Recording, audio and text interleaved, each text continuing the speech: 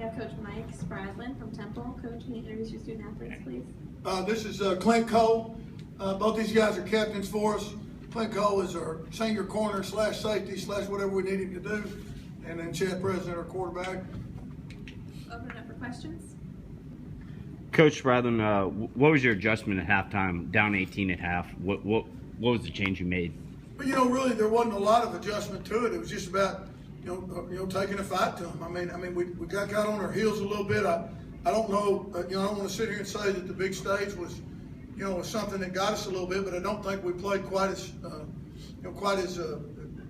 carefree as I like for us to play. I thought we were on our heels a little bit defensively, and those were the halftime adjustments. To get focused, and I thought we did. And we just talked a long time about making sure we take the fight. I mean, we didn't come this long way to spend the last 24 minutes feeling sorry for ourselves. So we kind of talked about how we wanted to come out. And, we talked about onside kicking. I told our guys, I said, look, I mean, it's never been a big deal to me. I mean, I'm gonna tell you, beat by touchdown or beat by 20, it is what it is. I mean, a loss is a loss, and nobody looks at it. So, we wanted to win. That's what we did. Tried to go out and do. Chad, what was said amongst the players themselves when you're down 35-17 and it's right on that precipice, of staying in the game versus them pulling away? What was said to kind of spearhead the comeback? There's just two halves to every game, and you got to come out the second half and give it your all. Empty the tank. That's what we said. Empty the tank. Coach, at the end, all you wanted was at least to get in field position to have a shot to win it. You guys did it. Just came up short, but just talk about that final drive of just trying to get a bunch of chunk yards. Well, we kind of had to work the clock a little bit there coming down the stretch. We had a couple of opportunities defensively there to maybe get the stop, but we knew if we didn't, we needed to have a little bit of time left, on the clock. I thought our guys did a great job. I thought our O-line did a great job of protecting. Chad did a good job of moving the ball down the field. Our receivers did a good job of catching it. Got ourselves in a position where we got a last pass into the end zone. So, I thought I can't say enough, guys, about how proud I am of our fight. I mean, I think it's indicative of the kind of football team we have. I mean, we lost 2 games this year by a total of 5 points. These guys were, when Chad and Clint got to Temple High School, the prior regime, the season before had been 1-9. And so when you look at what they've done the last 4 years, I think it's awesome. Coach, you had the onside kick, you had the double pass that I don't think you chose since the opener. Did you leave anything in the bag?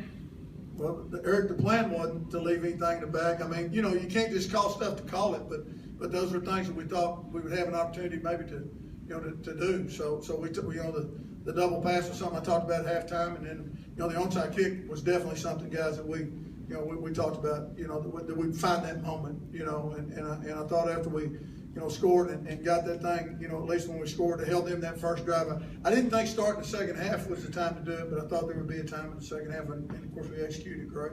Clint, what was the key to handling their guy number 17, Newsome? He made a few plays here and there, but you never let him maybe make a game breaker. Obviously, the quarterback and running back had pretty good games, but what was the key to at least neutralizing 17? Mainly just really keying on him. I mean, he's a good athlete, just like their whole team is. So, I mean, if one athlete doesn't get their way, they're just going to go to their other athletes, and that's what happened. What about number 4, the quarterback seemed to make the right plays at the right times, along with 23. How tough was it to stop what those 2 guys were doing out there? He was just a smart quarterback. I mean, he's been here twice. So, I mean, it's not going to shake him up at all. He just played the brand of football he knows how to play. Chad, kind of sum up this season. You guys dropped down the classification. A lot of expectations because we know the team and the firepower that you guys have. Just kind of sum up this incredible journey and this ride. It's fun. Me and Greg Willie were sitting in the office the other day. We were talking about coming in as freshmen. I was talking about freshman camp, and we've came a long way. And the sophomore and juniors, they stepped up. Our seniors, we just led the way, and the journey's been fun. It's been a fun ride. I'll never forget. Coach Spradlin, can you talk a little bit about Jeff Carr and what he's meant to your program over the last 3 years, and how much he's meant to your program just as a running back, getting 1,000 yards each year? Oh, Jeff's outstanding. I mean, I don't know how many of you guys really know it, but Jeff got hurt actually in the Vanderbilt game. Yeah. Or Vanderbilt game. And we tried to nurse him through it this week. I thought he made a gallant effort in the first half, and he took a pretty good shot on that kickoff return that pretty much kind of finished it for him. And Jeff's an awesome kid, makes great grades, outstanding human being. I mean, he's been phenomenal. I mean, he's absolutely the scariest running back I think I've ever coached. I mean, he can make everybody miss. And he wasn't 100% today, and I know he hates that, but I love him for his effort and love him for trying. Chad, can you talk about the effort that Marcus Hatcher gave you guys? I mean, you've seen it before, but normally he's splitting it with Jeff. They had to kind of carry the mail, but talk about the game he had. I think when Jeff went down, I went over and told him, I was like, "You have to step up. You have to be better than you was last week." And he said, "I got you." And then when you give him the ball and he breaks those tackles, and it's just amazing to watch. And that dude's he's a workhorse. Coach, what did Aledo's defense present in the first half that allowed them to stop what you were doing on the first two possessions and get up? What did they adjust something, or was it just a matter of them executing? Well, I think honestly, I mean, now guys, I mean, you're talking about a football team that been doing some good stuff for a while. I mean, they're very sound, very well coached. Extremely. I mean, they just don't do things wrong. And I mean, honestly, I'd have to say that after those first two drives, it's probably not as much their execution as our lack of it. I mean, that's usually the way it works out, And we talked about that at halftime.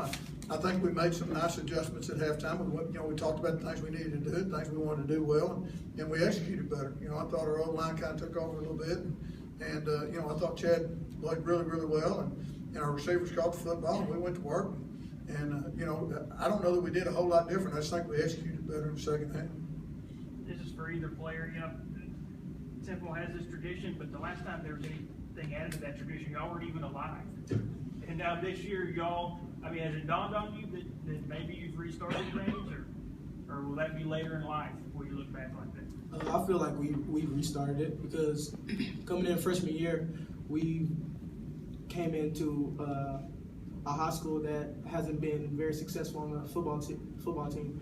And just to turn that around, last year getting the first round, this year getting the state, I mean, the underclassmen, they're understanding how they need to play football. So that's going to carry them on to next season, in the next season. Just keep going. Coach, even though you didn't get the final result, you were hoping for the experience of playing here, looking up, playing in front of 40,000 people, and seeing such a great game back and forth. Just can you sum up the overall experience and how proud you guys were just to be in that game and trading blows with that team? Greg, I've been coaching long enough to know this. I mean, I've been fighting my rear end off for 28 years just trying to get to this game. I've been stopped short a couple of times, and so this ain't easy to get here now. I mean, there's 250 5A football teams that started the season. 4 of them got played, this weekend, and so I'm well aware of our accomplishment here, and that's what I just got through telling our kids.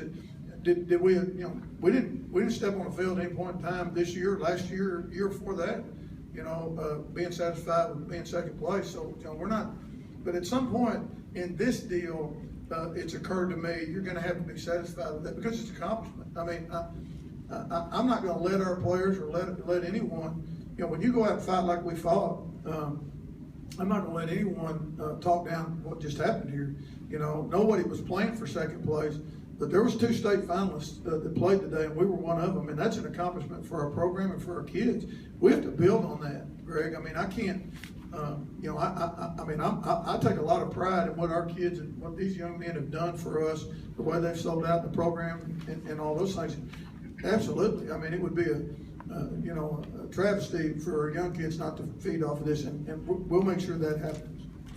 Coach, the crowd's been tremendous all season long. Today you look up, and I don't think there's a soul left in the town of Temple. I mean, just expand on just the crowd support, and I mean, it got loud in there. It's unbelievable. I had an opportunity to come here, 4 years ago, and honestly left a pretty good gig. I mean, I was at Abilene Cooper, and we'd gone 3 rounds deep, 3 years in a row, and I thought we had an opportunity to stay good, and quite frankly, Coach Mavis has done a good job with that. But Temple was something that's always intrigued me. These one high school, larger towns just don't exist much anymore. I'm going to tell you something. Our fans were unbelievable. I knew it would be good. It so far exceeded my expectations. When I looked up, we were in San Marcos playing Indian Consolidated, and I mean, good grief, guys. I mean, I look up, we're goal line to goal line, got that place full, and then we go the next week play Houston Stratford and Bryan, and we're standing room only on the home side, and traveled to Houston the day after Thanksgiving. It was phenomenal. This town loves football. I say this all the time with my tongue in cheek. They like good football, but they like football. It's a football town. It's a community. And that's the part that I don't know if people totally understand. I mean, our people, they need things to pull them together. Football's something that has done that through the years. It is an unbelievably tight-knit community, and it's one that I love, and I can't thank them enough. I mean, it's been a great ride. It has really fueled us, and I don't just say all that in a patronizing way. It's been unbelievable, quite frankly.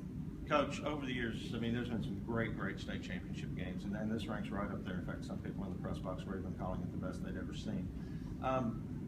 Again, going back to, obviously you wanted to win, you didn't, but just when you look back, being in a game that everyone goes, wow, you should have been there, you should have seen it.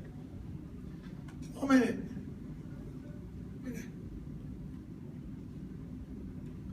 Because you did see it. well, I mean, it has to matter. I certainly wouldn't want to come out here and get my ass kicked, around. Sorry if you are filming. That's not the goal. We want to play well, obviously. But honestly, in hindsight, we'll see it. I don't know if that makes sense or not. We understand it. We went out and fought. That's a big deal, by the way. Our guys have always been fighters. I thought the first half we kind of took some punches, kind of had that look, like, oh my gosh, we're on a big stage here, we got to go. And that's kind of what we did. Oh my gosh, we're on a big stage, we got to go. So to answer your question, I just can't say enough about, yeah, do I want to be in a great game? Yeah, but I want to be on the other end of it? Yeah, I really believe, beyond a shadow of a doubt, we were going to get the stop down there.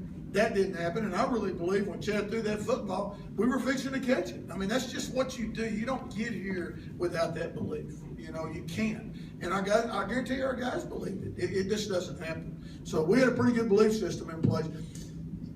I've said this before, and I know I'm getting a little wordy, but I've never watched anybody hoist up a championship trophy, and say, hey, boy, we won this championship in spite of the fact that we had a lot of turns and a lot of guys that didn't do what we asked them to do, You win a championship with great chemistry, with family, with kids who fight for each other, and that's what we had. I'm sure Lido has it too. You don't get here by not having that. But I am going to tell you this, guys. We got a locker room full of kids who love each other and care about each other. The family deal does work. I've always said life's not all about football, but football is all about life. And you have to, you have to be able to accept those things, understand that, everything doesn't always go the way you want it to go. But I'm going to tell you what, for a long time this year, a lot of things went the way we wanted them to go. Thank you, gentlemen. Congratulations on a great year. All right, thank you. Thanks, guys. Appreciate it, guys. Congratulations.